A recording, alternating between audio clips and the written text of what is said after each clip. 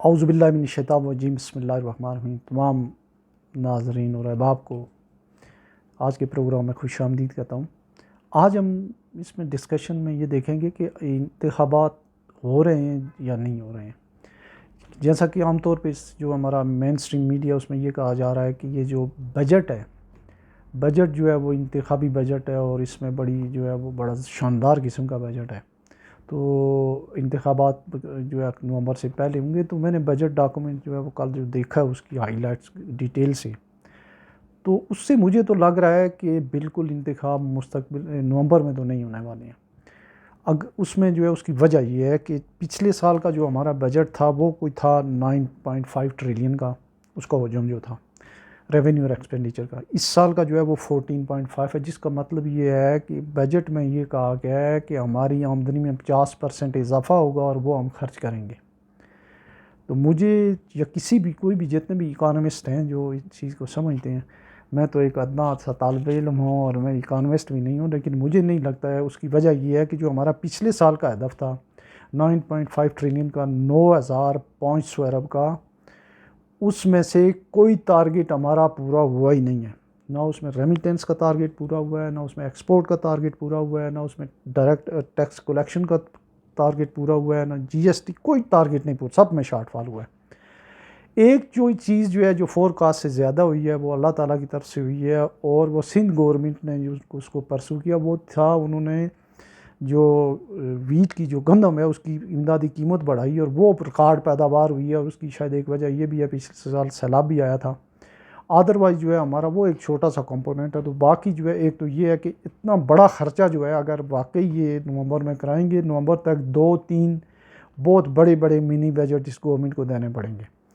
और इस साल जो है अगर यही तरीका रहा, अगर डायरेक्ट टैक्सीज वगैरह या कहीं से और अगर कोई सबब नहीं बना, तो इस ये जो नेक्स्ट माली साल है उसमें जो है तनख्वाहों, पेंशन्स और फ़ॉरेन जो हमारे मिशन हैं जिनको सफारत खाने कहते हैं, उनके लिए भी जो है एक्सपेंडिचर के मामला जो है हमारे लिए मज़ीद गमगीर हो जाएंगे।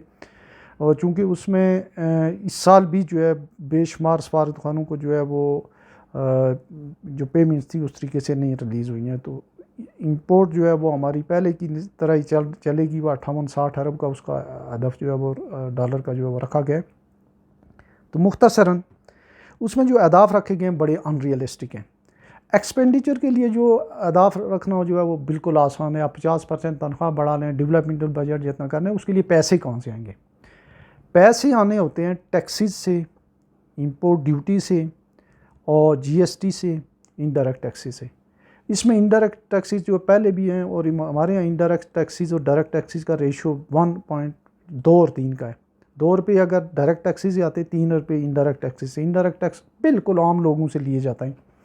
इस पूरे बजट में किसी भी टैक्स चोर को या बड़ी बड़ी जो फिशेज़ हैं उनके ऊपर टैक्स डायरेक्ट नहीं लगाया गया, उन्हें भी छोड़ दिया गया है। और जो मिलियन के हिसाब से जो लोग एफबीआर का जिनका डाटा मौजूद है कि जिनके पास 2-2, 4-4, 6-6 गाड़ियाँ हैं, जिनकी डिक्लेयर्ड प्रॉपर्टी जो है वो करोड़ों अरबों में है, वो टैक्स पेयर नहीं है, उनके लिए भी जो है कोई इकदाम नहीं किया गया कि वो डायरेक्ट जो है वो पेमेंट करें, टैक्स की पेमेंट करें।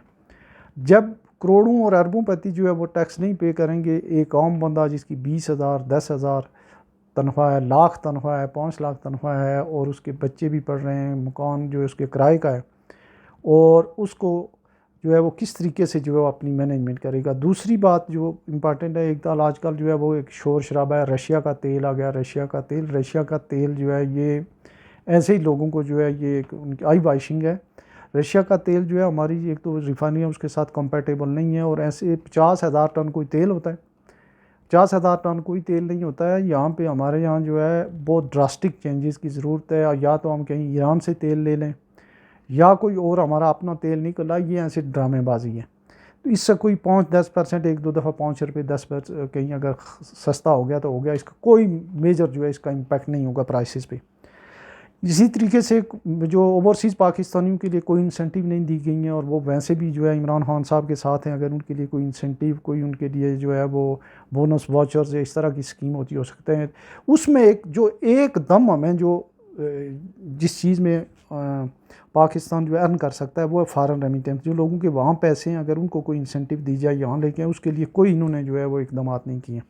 इसी तरीके से जो जो रियल स्टेट है जी, एक जिसमें एक बहुत बड़ा जुआ जो है, जिसमें आधे से ज़्यादा पाकिस्तान की दौलत लोगों ने और जो जागीरदार सरमायादार स्मगलरों की है, उसके ऊपर भी कोई टैक्स नहीं लगाया गया। तो मैं एक सेफली ये कह सकता हूँ कि ये डार साहब जो मर्ज़ी कर लें 14.5 ट्रिलियन का, ये नहीं, ये टारगेट नहीं अचीव कर सकते। अगर नवंबर में होंगे तो ये इतने अनपॉपुलर हो जाएंगे कि ये तीसरी पोजीशन पे चले जाएंगे, दूसरी पे भी नहीं। और अगर इन्होंने नवंबर में इलेक्शन नहीं कराने हैं, फिर बाद में कहीं कराने हैं, तो ये कोई बहुत बड़ी कहीं से जो है चंक जो है वो लेके आ जाएं कि यार मुल्कों से, कहीं चाइना से या कोई और ऐसा कदम उठाएं जिसको मैं फोर्स ही नहीं कर रहा हूँ। अदरवाइज़ मुझे पूरा साल जो है उसमें मिनी बजट ही लग रहे हैं, और जो मुस्तकबिल करीब में इसलिए भी इलेक्शन नहीं हो रहे हैं। एक तो अभी तक जो है वो नवाज शरीफ साहब नाअहल हैं, जब तक वो अहल नहीं हो जाते वो जो है ये जो पाकिस्तान मुस्लिम लीग को सूट ही नहीं कर रहे हैं इलेक्शन।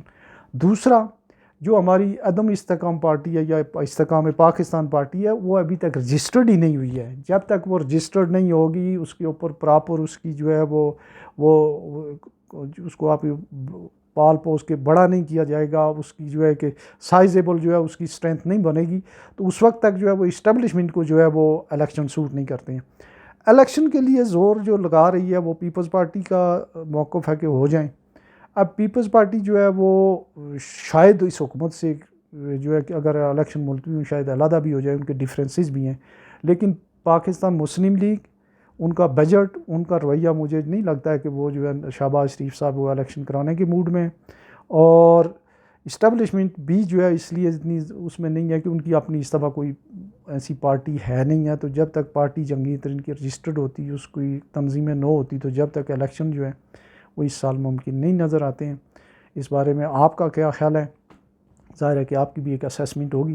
तो मैं यहाँ ही जो है इस प्रोग्राम को जो है वाइंड अप करता हूँ। अपना बहुत सारा ख्याल रखिएगा। अल्लाह हाफ़िज़।